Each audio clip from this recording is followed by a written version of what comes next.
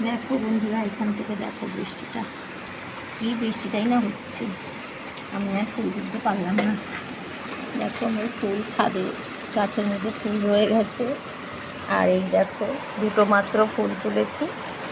তবু বৃষ্টির চক্করে আমি এখানে এসে দাঁড়িয়ে আছি, এই বৃষ্টিটাই না হচ্ছে। দেখো কত সুন্দর বৃষ্টি হচ্ছে, আর এখন তো যেতে পারবো না। ভেবেছিলাম আজকে সকালে ছাদটা একটু গুছিয়ে নেবো, দেখো হাওয়ায় আমার দরজাটাই বন্ধ হয়ে যাচ্ছে।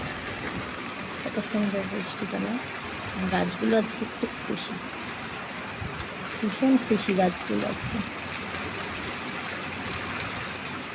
খুব মজা পাচ্ছে।